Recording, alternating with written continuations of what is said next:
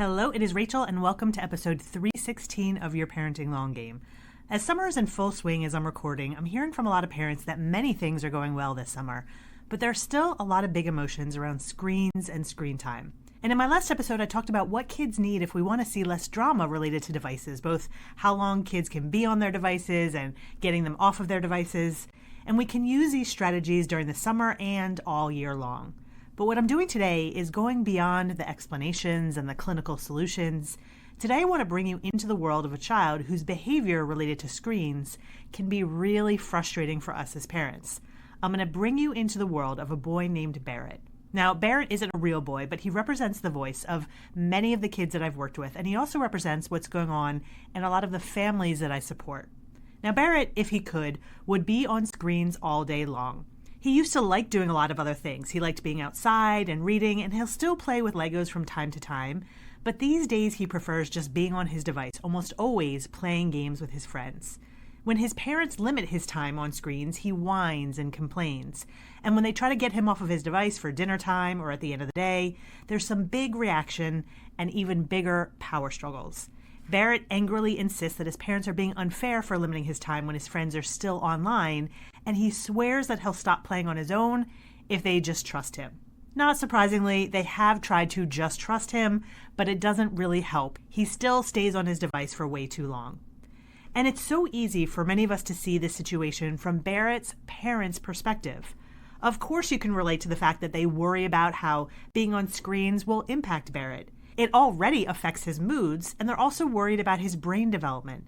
They're worried that being on screen so much and playing these games will prevent him from being able to focus or have interest in other things. They also worry about how all of this is affecting their relationship with him because everything, at least related to screens, ends in a fight. They feel helpless to do anything because they've tried so many things. They've tried talking to him nicely about the importance of being off of screens. They've also tried being more firm about the importance of being off screens. They've given him rewards for getting off of his device. They've taken his device away when he doesn't get off at a certain time. And they've even tried to cut him off completely for a week at a time. But none of those strategies have prevented the whining, the complaining, the big reactions, or even the power struggles. And honestly, Barrett's parents told me that even when he wasn't playing, he was in a bad mood all the time anyway, so things didn't feel better.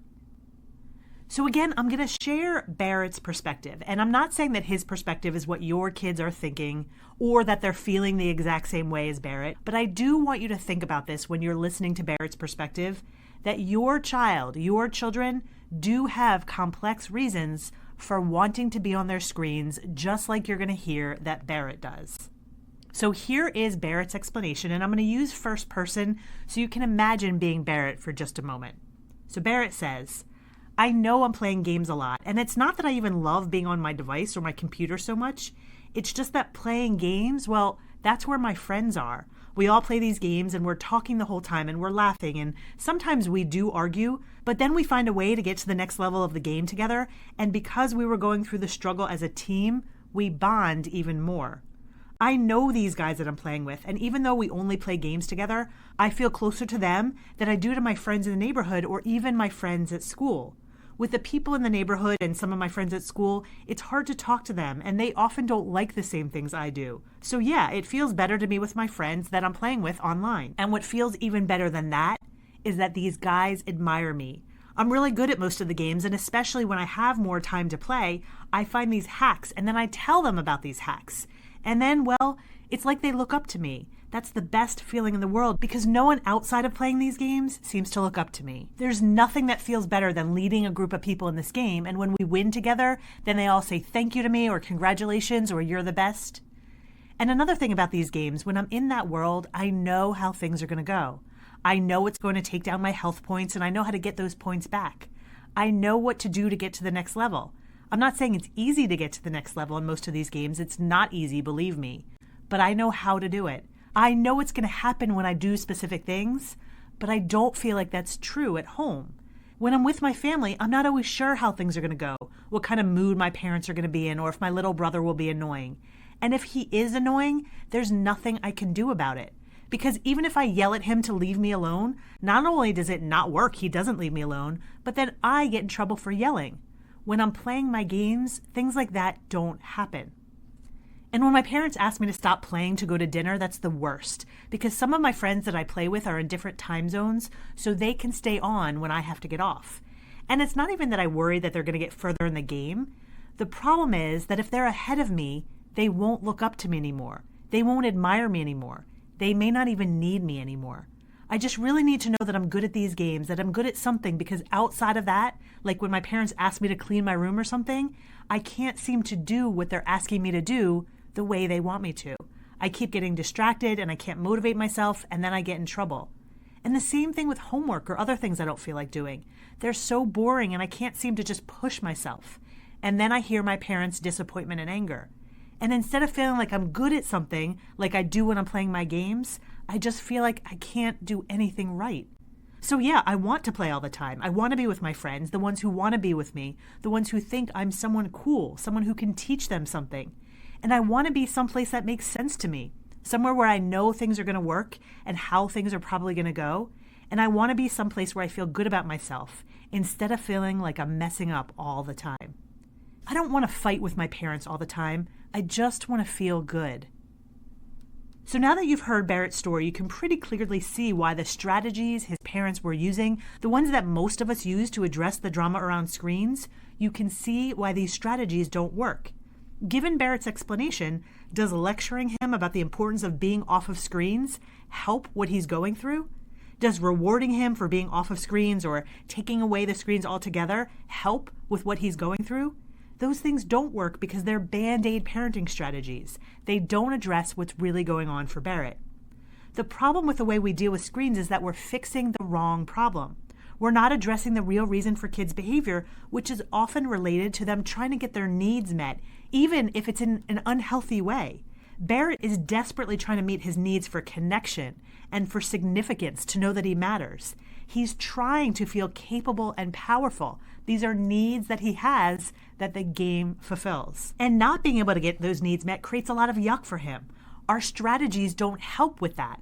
They only create more yuck, and then our kids are more drawn to their games.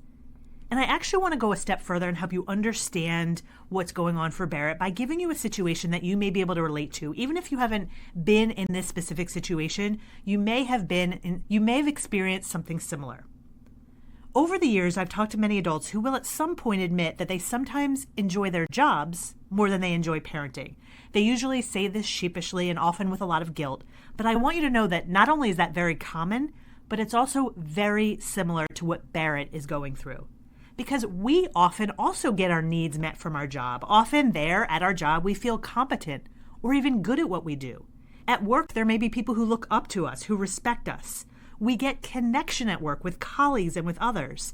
At work, we feel in control. We know that if we work hard, good things are pretty likely to happen. Or if they're not happening, even though we're working hard, we can consider changing jobs. We have some control. And if we're really lucky, we may even feel fulfilled in our work.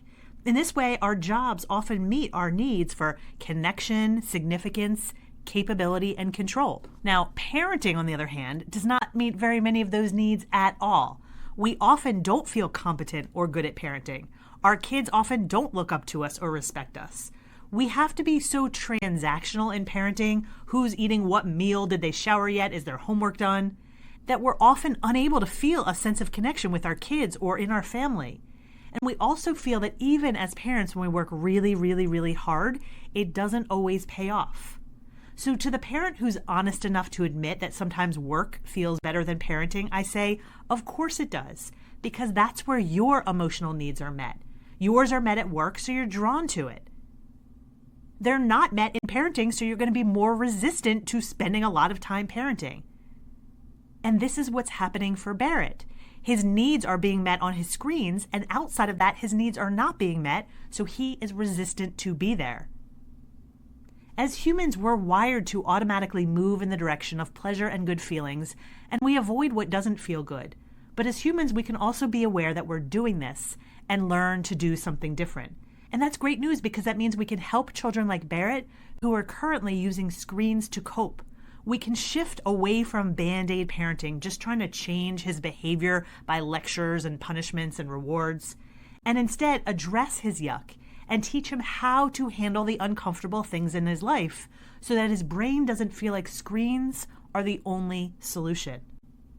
Now, today I describe what things are like for Barrett, but every single child has a story like this one that is unique to them. If you want to discuss what might be going on for your child, what they need, and what you need to be able to give it to them, head over to the show notes, and there's going to be a link to set up a conversation with me about your situation as it relates to screens. We can chat about what's going on and why what you've tried isn't working. The link is on the show notes for this episode at rachel-bailey.com/316, because I really want you to understand how to get into your child's shoes. Because when you consider their point of view instead of just trying to change their behavior on the outside, you can help them meet their needs in healthier ways. And when their needs are met, they feel better and act better. So of course that means there's going to be more peace in your home because they're feeling and acting better. But it also means that your child is going to understand themselves and their urges and why they're doing what they're doing instead of feeling bad about themselves. And when you go beneath your child's behavior, your child is going to feel closer to you, and they're going to know that you are someone safe. When you go beneath their behavior and you understand what's going on, you can foster more resilience because you can understand what the obstacles are, and you can teach them how to face those obstacles effectively. All of this is going to lead to healthier self-esteem in your child. They're going to respect and understand themselves, but they'll also know how to do hard things. That is long game parenting. So again, if you'd like to have a conversation about what your child's story may be, we'll use my expertise in understanding emotions, behavior, and my experience having worked with thousands of kids, and we'll use your expertise in your child and your family, and we will understand what your child is likely going through. It's a free conversation we can have. All you have to do is check out the show notes for this episode, and you'll see directions for how to have that conversation. That's at rachel-bailey.com/316. And lastly, just know that if this podcast helps you in any way, I would really appreciate if you would subscribe, rate, and review. It helps me keep coming back every week to give you tips, and it also helps me reach other parents who may want to understand their children and give them what they need to be successful. Thanks for listening. I'll see you again soon.